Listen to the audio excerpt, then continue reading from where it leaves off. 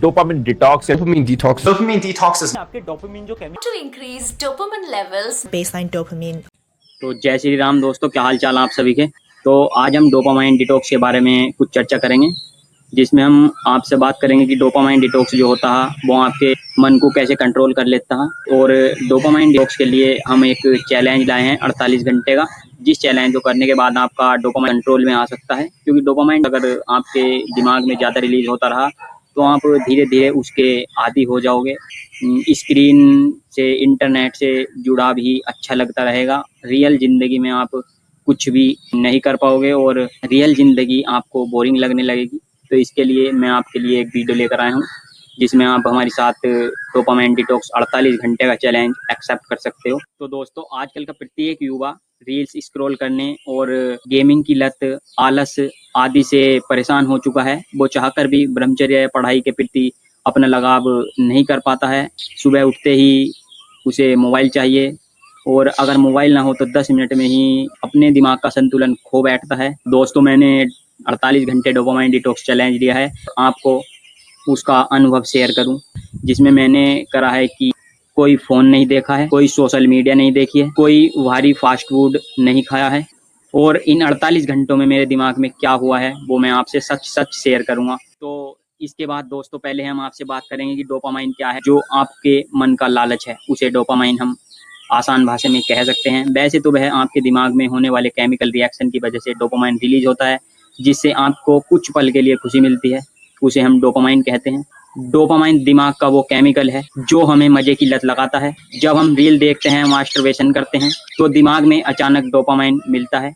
इससे आपको बहुत से नुकसान होंगे, जैसे कि आपका किसी भी चीज़ में फोकस न लगना, पढ़ाई में, और अगर आप चाहकर भी ब्रह्मचर्य का पालन करना चाहते हैं तो नहीं कर पाते हैं, क्योंकि इन दोनों चीज़ों को करने के पश्चात आपको कोई भी डोपामाइन इतना ज़्यादा नहीं मिल पाता जितना कि रील स्क्रॉल करने में और मास्टरबेशन करने में मिलता है। जब आप ज़्यादा रील स्क्रॉल करते हो तो आपके दिमाग में जो डोपामाइन रिलीज होता है वो आपको किताब पढ़ने आदि कार्यों में नहीं मिल पाता, इसलिए आप बोर हो जाते हो। यही मुख्य कारण है आज के युवा का फोकस न होना। तो अब मैं आपसे बताऊंगा कि मैंने इन 48 घंटों में डोपामाइन डिटॉक्स जो चैलेंज लिया है उसमें क्या क्या बंद करा है। तो मैंने स्मार्टफोन, इंटरनेट और स्क्रीन पूरी तरह से बंद कर दी।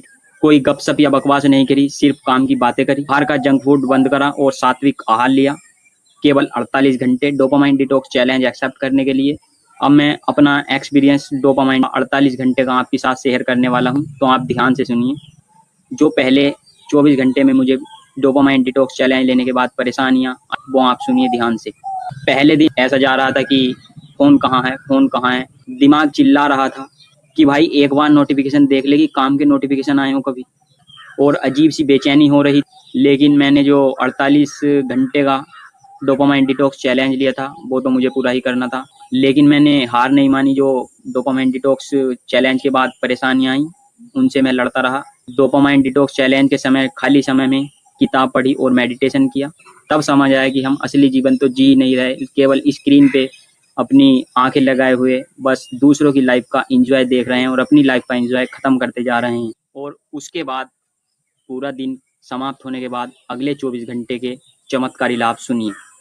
एकाग्रता और शांत मन ऑटोमेटिक होने लगा था, क्योंकि मैं मॉर्निंग में और शाम को दिन में 2 बार 10-10 मिनट का मेडिटेशन भी किया करता था। मतलब कि 24 घंटे का चैलेंज एक्सेप्ट किया, 1 दिन कंप्लीट। एक 24 घंटे का चैलेंज एक्सेप्ट किया, 2 दिन कंप्लीट। और 48 घंटे का डोपामाइन डिटॉक्स चैलेंज कंप्लीट करने के पश्चात मेरे दिमाग का फोकस बहुत बढ़ गया था।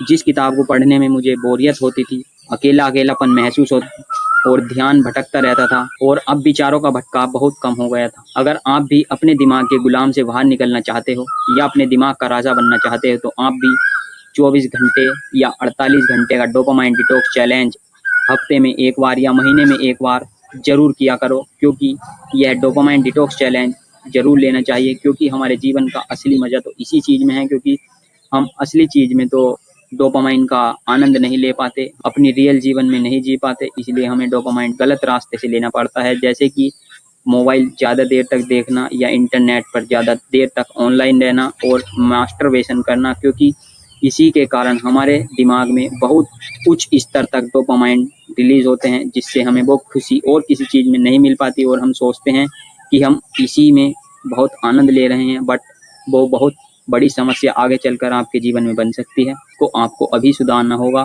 हमने तो ये चैलेंज एक्सेप्ट करने के बाद आपको अपना एक्सपीरियंस दिया है, जिसे आप भी करके अनुभव ले सकते हो। अगर आप इस चैलेंज को एक्सेप्ट कर रहे हो तो कमेंट में लिखो चैलेंज एक्सेप्ट, और इसके बाद 48 घंटे के बाद हमारी वीडियो पर आकर कमेंट कर। खुद के 0.1 वर्जन को हर दिन बेहतर बनाने के लिए निखिल पवार 0.1 चैनल को सब्सक्राइब करें। जय श्री राम।